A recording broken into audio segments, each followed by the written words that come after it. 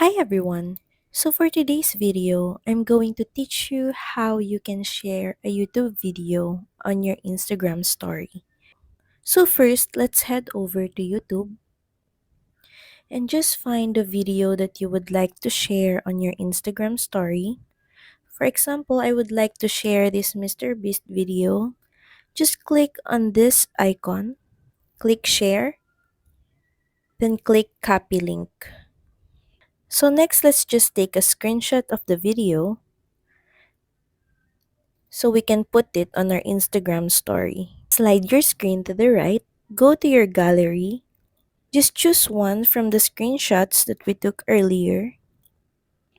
Next is just click on the stickers icon. Just scroll down for a little bit, then click on the link sticker. Now just paste the link that we copied earlier, then press done. Now we can post it on our story. So that's pretty much it. That's how you can easily share a YouTube video in your Instagram story. Thank you very much for watching this video. And please don't forget to like, share, and subscribe to the channel. I will see you again on the next one. Bye!